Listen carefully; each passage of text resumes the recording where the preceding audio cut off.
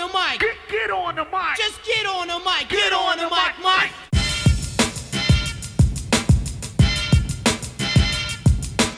Hey everybody, what's going on? Welcome to Get on the Mic. That's where you put me in front of a microphone with a few notes and I talk about some of the more interesting things that have happened throughout the world of entertainment or whatever else I feel like talking about that's happened throughout this week. Before I begin, I want to remind everyone of my partnership with the DNA Digital Network. Now, not only you'll be able to find this podcast on YouTube, but thanks to DNA, you'll be able to find it on iTunes, Google Play, Stitcher, and other places that podcasts are available. Now you can listen to this program on your favorite audio device. For more details, check out DNADigitalNetwork.com. We have a pretty packed program today, and honestly that kind of surprised me because when I was doing notes up until today, I barely had any stories, and then all of a sudden, flood of stories. So here we go. First, we're going to be talking about Steven Spielberg making a DC movie. Hasbro's going to be making a M.A.S.K movie based on the old cartoon and toy line. The Rock almost quit the Rampage movie. David Leitch talks both about Hobbs and Shaw and Atomic Blonde 2. I'll have updates on both the Gremlins reboot and Goonies 2. And also, we'll be talking about House of Cards. The first story we're going to be talking about is Steven Spielberg is going to be making a DC movie, and you're probably asking or saying to yourself, that could be really exciting. What big name is he going to take on? Superman? Green Lantern? Who is it going to be? Well, slow down. He's not exactly going to be taking on a big property or one that many people have even heard of. Spielberg's Amblin Entertainment will be teaming with Warner Brothers to produce the action-adventure Black Hawk with the intention of Spielberg directing as well. Black Hawk is a classic comic book property introduced in 1941 by Quality Comics before it was bought by DC Comics in 1957. Black Hawk was the leader of the Black Hawk Squadron, an elite group of pilots that fought in World War II. It was one of the best-selling books at the time, and it was trailing at times only behind Superman, which that's a pretty big feat. But it kind of became a victim of a lot of war comics where when the war's over, well, you know, and there's not new bad guys to fight, there's not Nazis to fight, what do we do now? Kind of the same problems that happened with Captain America. Toby Emmerich, chairman of Warner Brothers Pictures Group, had this to say about the project. We can't wait to see what new ground he will break in introducing Black Hawk to movie audiences worldwide. The screenplay of this movie is being written by David Cope, who worked with Spielberg on Jurassic Park. That's a good thing. The Lost World Jurassic Park. Okay. War of the Worlds. Okay. And Indiana Jones and the Kingdom of the Crystal Skull. Should we be worried about this? Spielberg had this to say about the project. It was wonderful working with the team at Warner Brothers to bring Ready Player One to the screen. They bring a blend of passion and professionalism to everything they do and have a tremendous history in this genre. I'm excited, I'm excited to reunite with them on Black Hawk. Honestly, I don't think this is a terrible idea. We know Spielberg can do fantastical, and from what I'm reading about Black Hawk, I didn't know much about this property before I read this story and before I start studying up on it. You know, I don't have any doubts about Spielberg being able to bring World War II to life. I mean, been there, done that with him, right? But from what I'm reading, a lot of what the Black Hawk group takes on is a lot of like highly science-based villains. So, you know, basically science before its own time in World War II. So, you know, you can see Spielberg, being that he's done movies like Ready Player One, you know, he can bring, you know, that type of story to life. So I don't really have a lot of doubts. The writer, okay. You know, hopefully, you know, he goes more in the Jurassic Park route than the Kingdom of the Crystal Skull route. That being said, you really shouldn't expect to see this movie anytime soon. Spielberg's a little busy at the moment. First, his next movie is Indiana Jones 5. And I don't believe that comes out till 2020, if I'm not mistaken. I can't remember if it's 2020 or 2019.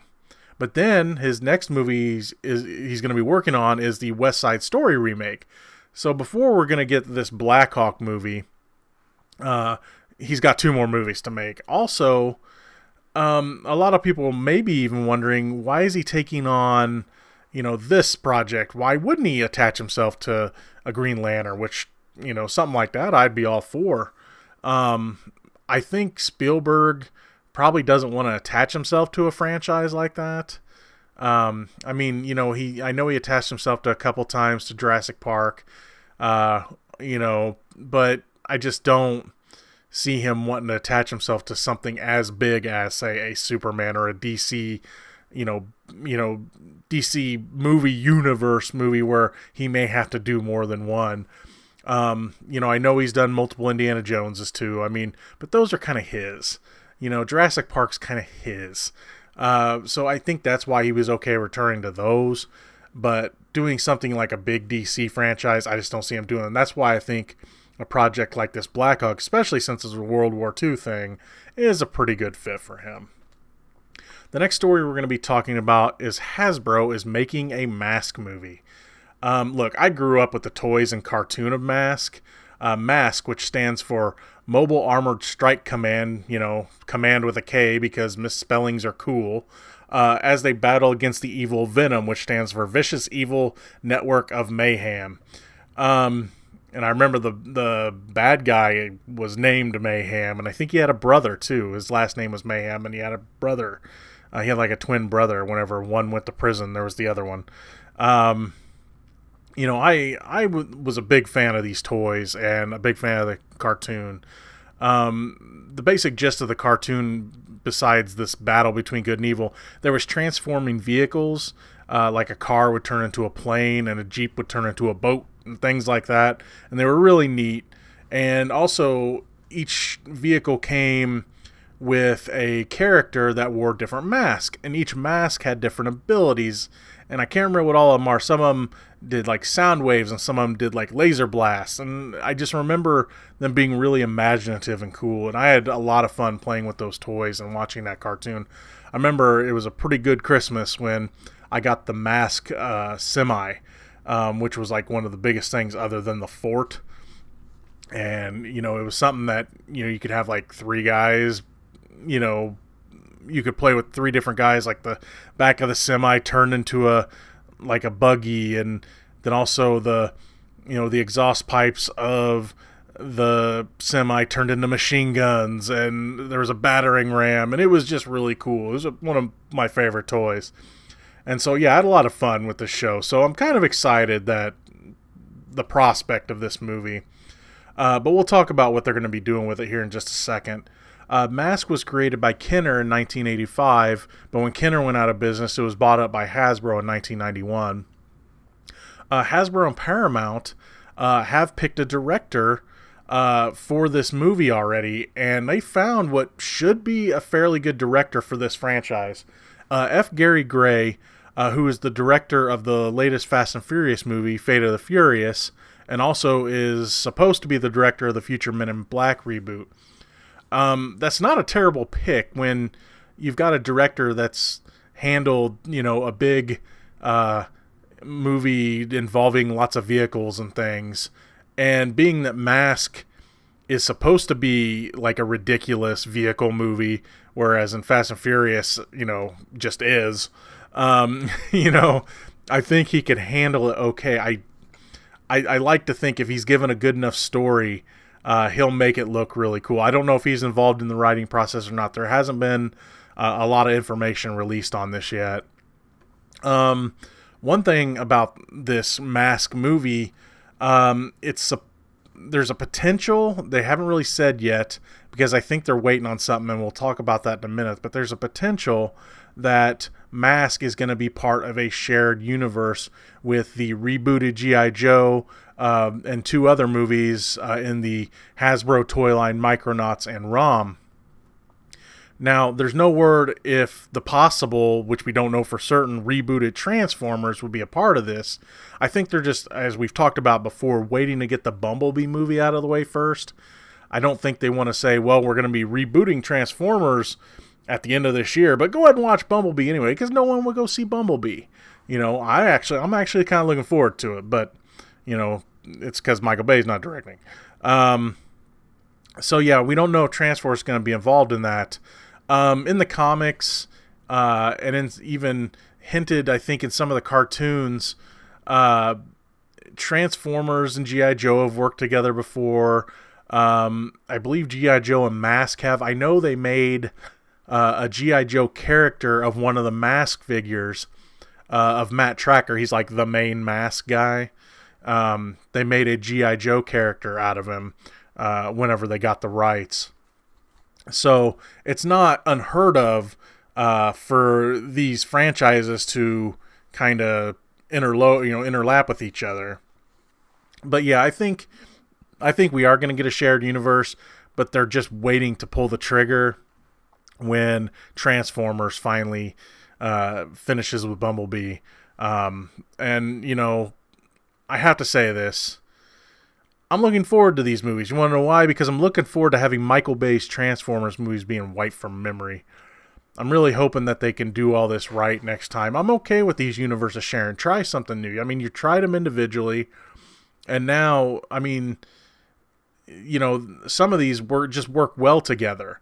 And if you have, you know, cool G.I. Joe human characters, you know, that have a spotlight versus, you know, along with the Transformers, instead of just regular guys like Mark Wahlberg and Shia LaBeouf that are taking down robots when, you know, Megatron's ripping robots in half, but by golly, humans can beat him. You know, if the human characters have a purpose like being G.I. Joe or M.A.S.K, I'm a little more for it. So I'm actually looking forward to this for a few different reasons. The next story I want to talk about is The Rock. The Rock almost quit the Rampage movie. And warning, I will be spoiling the end of Rampage in this story. So if you haven't seen Rampage, if you want to see it, I'm going to be spoiling the end. You know, it's been out for a week. It's an okay movie. It's about what you expect. But if you really don't want to know, I'm just warning you now. In the movie based on the video game of the same name, Rampage, The Rock said in an interview with Rolling Stone that he almost quit the project because he didn't like the ending. Here comes the spoiler. The Rock said this, quote, "So the scripts come in and I'm reading it, and at the end of it, George dies, and I'm like, no, did I miss something? George can't be dead." But I go back and yeah. He then explained why he didn't like the ending. "I don't like a sad ending. Life brings that shit. I don't want to end my movies. When the credits roll, I want to feel great. We had a big meeting where they gave me all the reasons they thought George should die. He sacrifices himself, saving the world, killing these animals who had ill intentions to harm mankind. He sacrifices himself like a brave soldier. Okay, but this is a movie. There is a crocodile the size of a football stadium. We're not making Saving Private Ryan." He then talked about why he likes his movies to end on a happy note. Quote, "My problem is I have a relationship with an audience around the world. For years, I've built a trust with them that they're going to come to my movies and feel good. So every once in a while, you have to drop this card, which is you're going to have to find another actor. We need to figure something out. Otherwise, I'm not going to do the movie." You know, I got to say this. The Rock is 1,000% right on this one. The ending of this movie was one of the best and funniest parts of the movie. Besides Jeffrey D. Morgan's performance, the interaction between The Rock and George the Ape was the best part of the movie.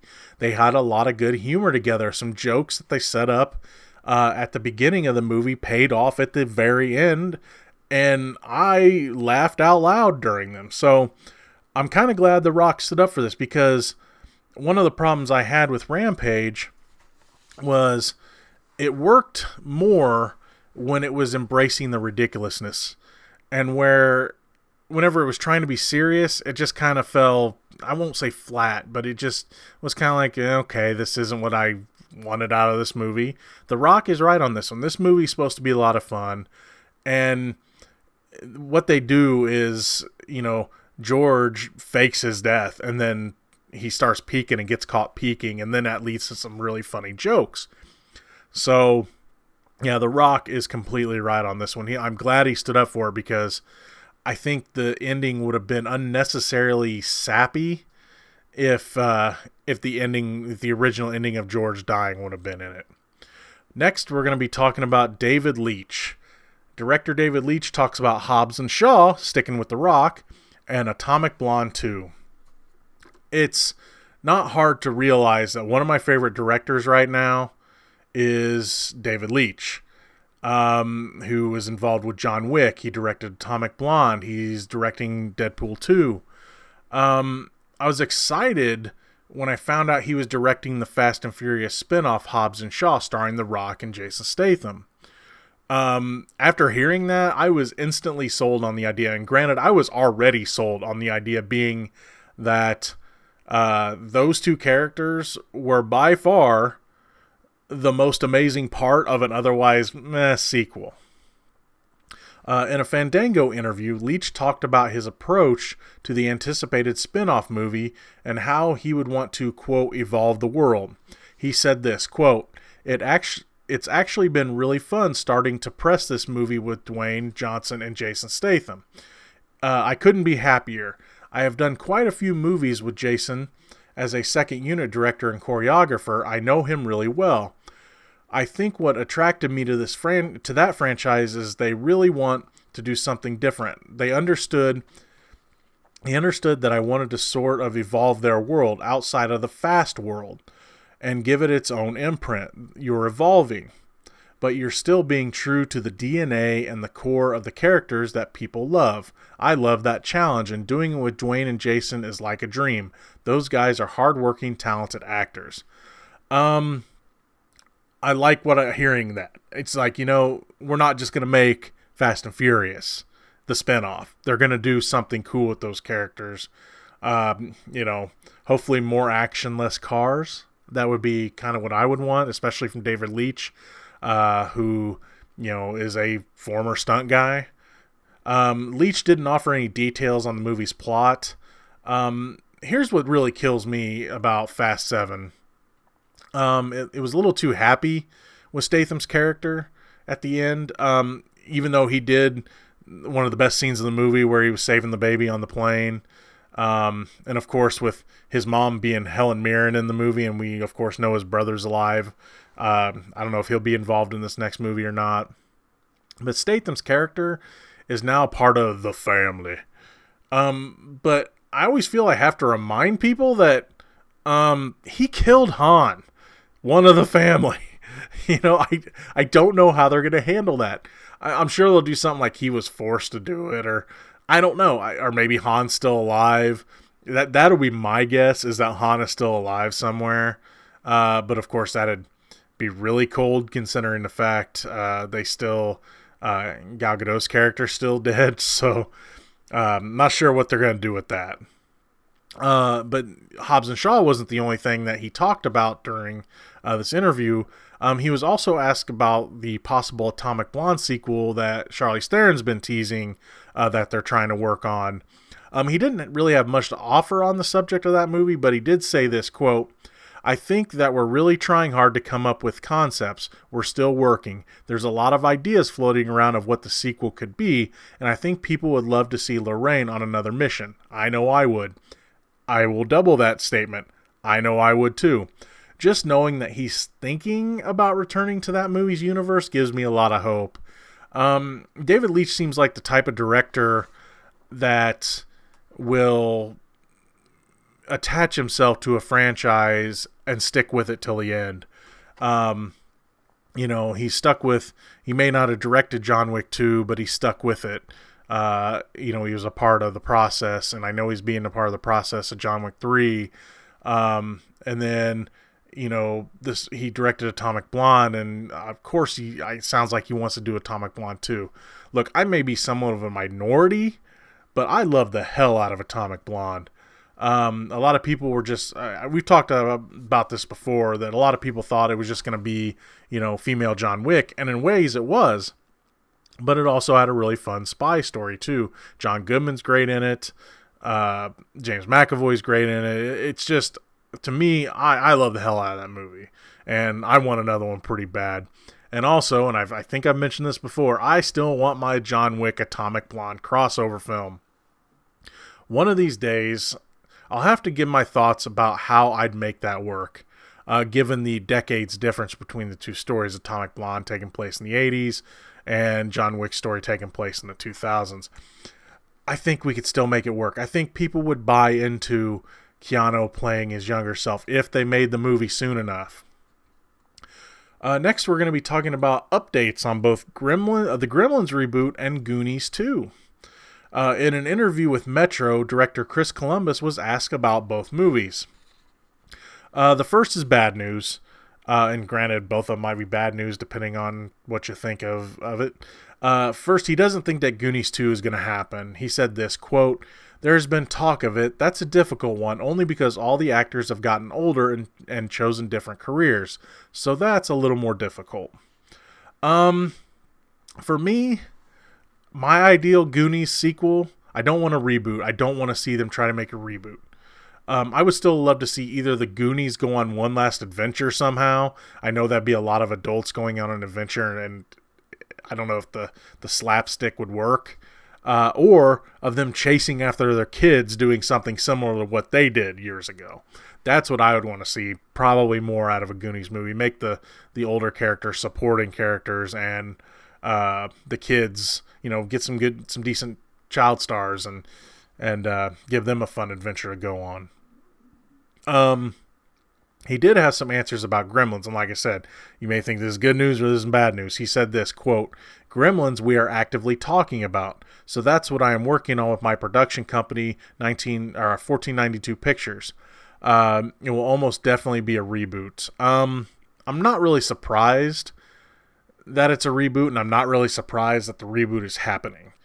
I would love to be wrong about this, but I'm sure that what we're going to get will probably be an overly CGI'd movie that won't have the heart or frights of the original. The original really pushed the boundaries because, its rating, we didn't have all the ratings we do now. I think they would go for a PG-13. A Gremlins movie to really work would need to be less silly and be really scary, because the original Gremlins was pretty scary for the time and still is kind of scary to this day. I mean, the puppet work and everything in that is still to this day phenomenal. And then the sequel just turned everything on its head, and it was funny, and I mean, it still had some scares, but for the most part, it kind of made fun of itself. So it's kind of done everything that it can do. So for Gremlins to work, they're either going to have to go one or the other direction. I think people would rather have it be scary. But I don't think they could pull it off. Because I think it's one of those movies that should probably not be touched anymore. And I don't want to see it become one that they keep trying to do again and things like that, like a Terminator. You got to know when to stop. And honestly, Gremlins 2 was the place to stop. If they were going to do one, they should have done a Gremlins 3 by now, but it's probably way too late. But then again, it sounds like we're getting this reboot whether we want it or not. You know what? But it's one of those movies, I say this, prove me wrong. Please prove me wrong. I want to be wrong about my assumptions on it. The last big story we're going to talk about is about House of Cards. I'm really looking forward to this final season. When it comes to House of Cards, I know that Kevin Spacey is, a double-worded bad word now. He's really good in the show. Kevin Spacey is a phenomenal actor. Whatever he's done, it doesn't change the fact that he's a good actor. I liked his character in that show, but I have two favorite characters from that show. First, there's Claire Underwood, played by Robin Wright, and Doug Stampler, who's played by Michael Kelly. In a Variety interview, Michael Kelly has opened up for the first time about Kevin Spacey's exit from the show. And when I saw he was doing an interview, he's, like I said, those two are my favorites. So anytime they're doing any press, I'm going to listen. He had this to say, quote, "It's such a mixed bag of emotions because I was with that guy every single day. To go back to the same stages, to the same sets, to go back to those sets and all of a sudden be with completely different people, it was a strange feeling. I don't even know how to put it into words. There's obviously a million emotions that I went through that I processed during this whole thing. I don't want to talk too much about it because it was heartbreaking in so many ways." He's mentioned in the interview that he has not heard or spoken to Spacey since the allegations led to his firing from the show. He said this, quote, "All I know is what I hear, but I don't know. It's tough. You go from talking to someone often to not at all, and in any profession, in anything, circumstances removed, what happened removed, it's strange, and I'm still processing. I haven't formulated my opinion, and I haven't talked publicly about it. This is the first thing I've ever said. I think I'm still going through a lot, processing the whole thing. It's tough." One thing he did mention is that he's happy that the show gets to continue with a sixth and final season, with Robin Wright stepping into the lead role. At the end of the fifth season, Claire Underwood became the president, and Doug Stamper, and I think I said Stampler earlier, it's Doug Stamper, became her chief of staff. Kelly had this to say about the show's direction, quote, "Thank God she was president at the end of the last season, or else we might have found ourselves doing pretty badly. But it all worked out, and Robin is so friggin' talented. I don't want to say effortless because she works her ass off, but the way she portrays that character, you work with her. And you, excuse me, and now the two of us have a lot together. Where everything before was with Francis, which was Frank Underwood, Kevin Spacey's character, now everything is with Claire, and it's really been an interesting time." So I like the fact that he's excited. There is a trailer out. It's real short. It doesn't show you a whole lot. But you've got Claire Underwood promising that we're just getting started. Kind of a weird thing to say for a final season.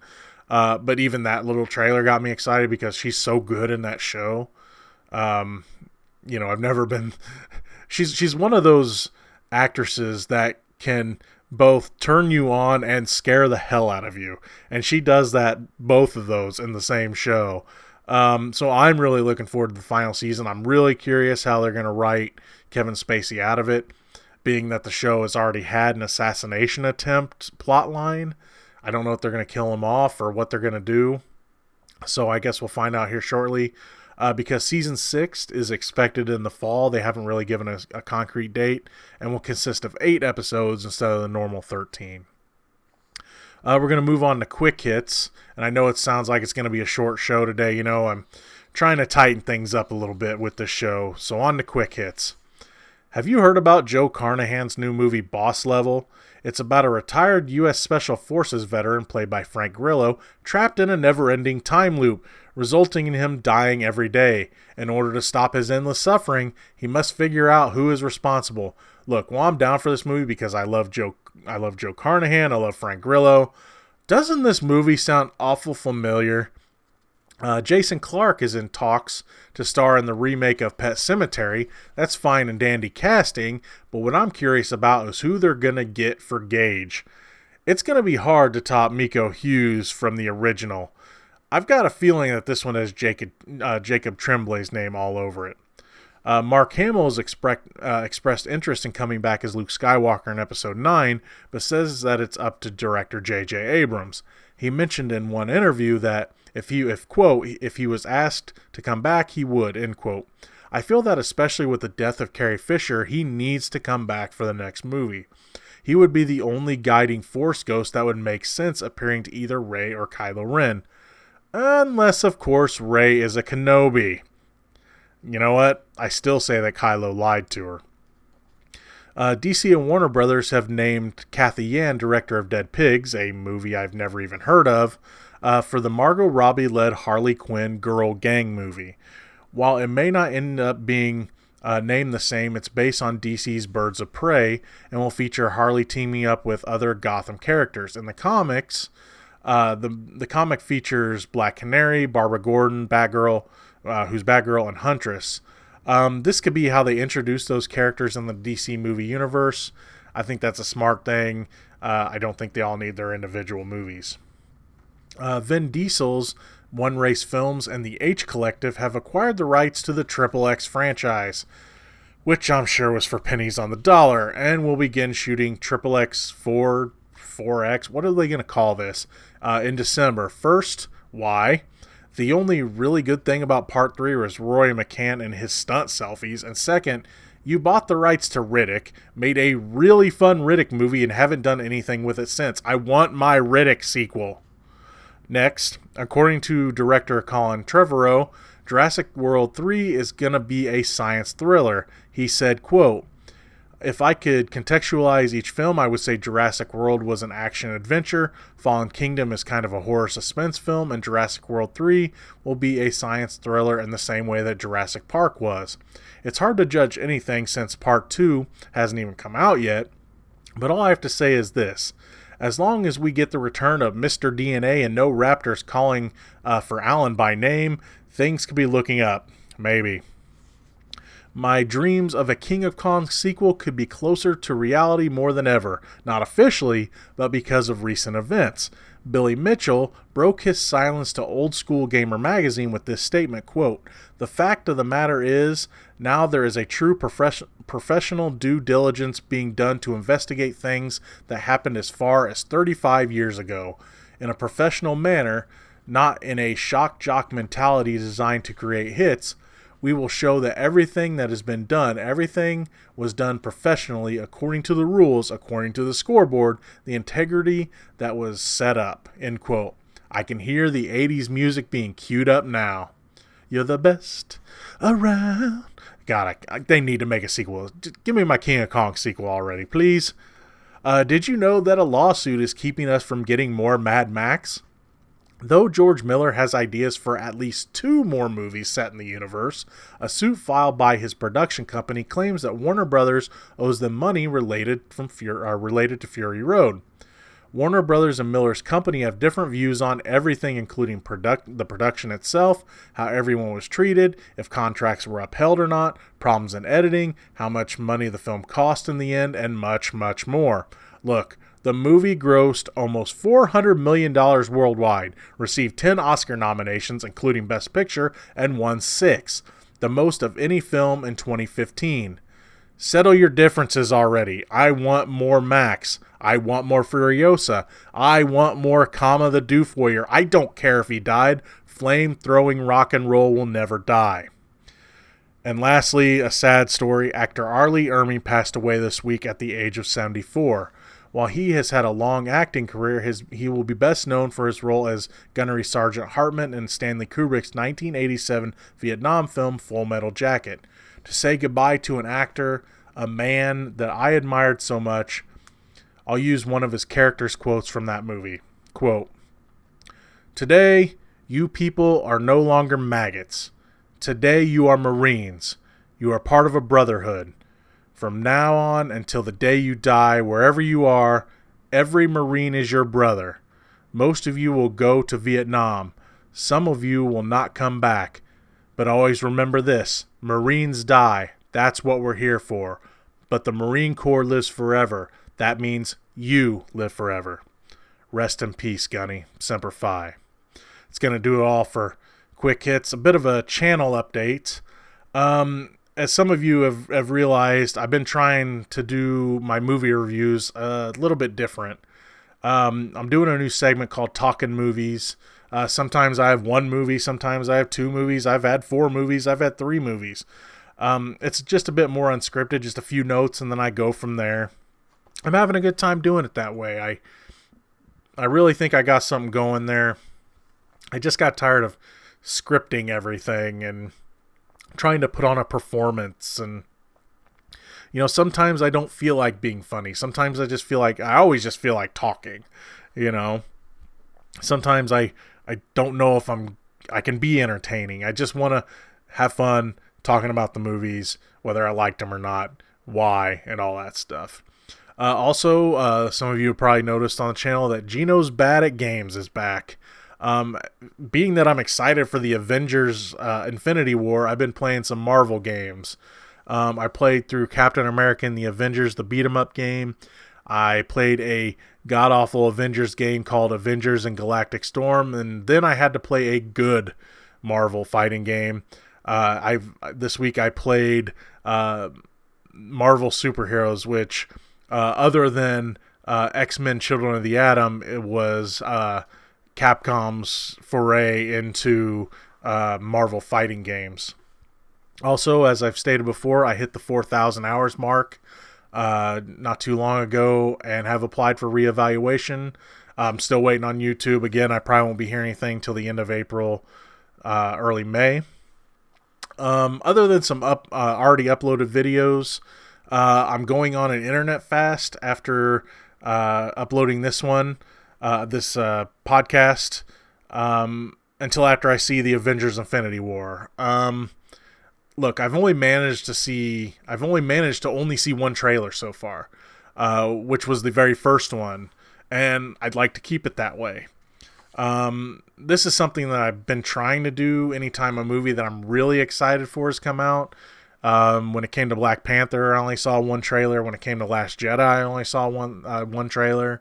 Deadpool, I've only seen one trailer. And I really want to keep it that way. So yeah. Other than some stuff I've already uploaded and that I'm just going to throw up there, I'm not going to be on social media that much. If something gets posted on Twitter, it's because I hit the upload button on YouTube and it did an automatic post. I'm not going to be on it. I'm not going to be looking at it. If I don't get to your comments, I will get to your comments after I see Infinity War. I do get to see it a little early, so I can't say when. I'm not allowed. But I do get to see it early, so I'm not going to be off internet for like a week. It'll be less than that. So anyway, I just want to let you guys know that if I don't answer your comments on YouTube and everything right away, don't think I'm ignoring you. Just know that I'm just staying away a little bit because I want everything to be a surprise for me. I want to draw your attention to a few other different things. The Geek Be Cubed YouTube channel, where you can find the GB3 bi-weekly podcast. We do the bi-weekly podcast, plus we did a Ready Player One before and after review, which a lot of you have seen and have commented on, and I really appreciate that. And we our subject for next week, I think we're going to be doing talk about subscription services, and is it really worth it now, and has it become too much of a thing? Is it the next cable? We're going to be talking about that and a few other things. We're still putting that program together. Also, I want to draw your attention to my partner in crime, Heisenerd's channel, who does the GB3 podcast with me. I'd like to see him get a lot of support. So if you listen to this program, if you subscribe to my channel, I ask that you subscribe to his channel. He's real little channel right now, but he's like me. He's just trying to have a lot of fun with this, and I ask that if you support me, at least give his channel a look. And if you like what you see there, subscribe to his channel, watch his stuff. He does live streams of games, Let's Plays. He does a weekly podcast called Heisenerd Speaks. Also, a little while back, Bill the Heisenerd and I did a live stream playthrough of Dungeons & Dragons Tower of Doom on his channel. So if you want to see that, just search Heisenerd on YouTube. That's Heisenerd. If you want to check out that playthrough, we had a lot of fun with it. So yeah, if like I said, if you get a chance, check out his channel, and if you like what you see, subscribe to it. Also, I want to draw your attention to the DNA Digital Network. So now you'll be able to find this podcast, the GB3 podcast, and Heisenerd Speaks on YouTube, but thanks to DNA, you'll be able to find it on iTunes, Google Play, Stitcher, and other places that podcasts are available. So now you can listen to these programs on your favorite audio device. For more details, make sure to check out DNADigitalNetwork.com. As always, I want to thank you guys for all the support. A lot of you have responded, especially to my new way of doing reviews, and a lot of you seem to like it. Like I said, I just want to have a lot of fun talking about movies, and whenever I write scripts out, I felt like I had to be a performance art, and that's not me. I mean, don't get me wrong, I can do that, and sometimes I have fun doing that. But right now, I don't know. I'm just in this mindset and this mood that I just want to talk. And those of you that have been supportive of it, I really appreciate it.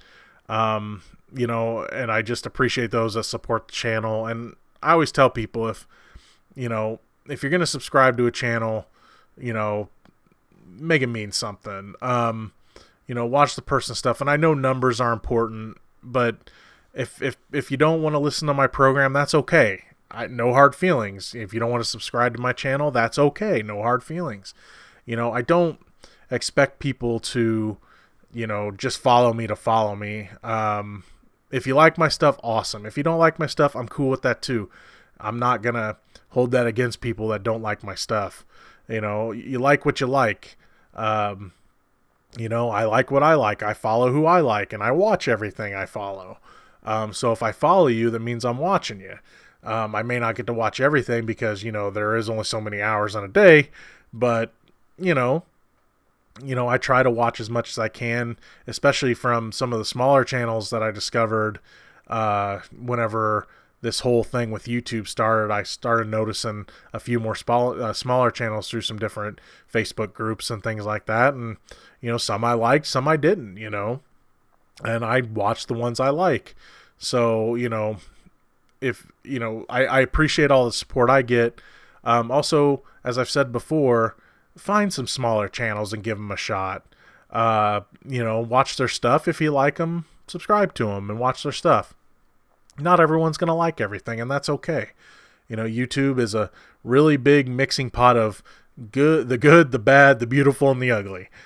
So, and I say that just in, there's going to be things that some people like that others don't, and there's going to be things that, people want to subscribe to and don't want to, it's all, what we like. And like I said, if you like my program, please follow me.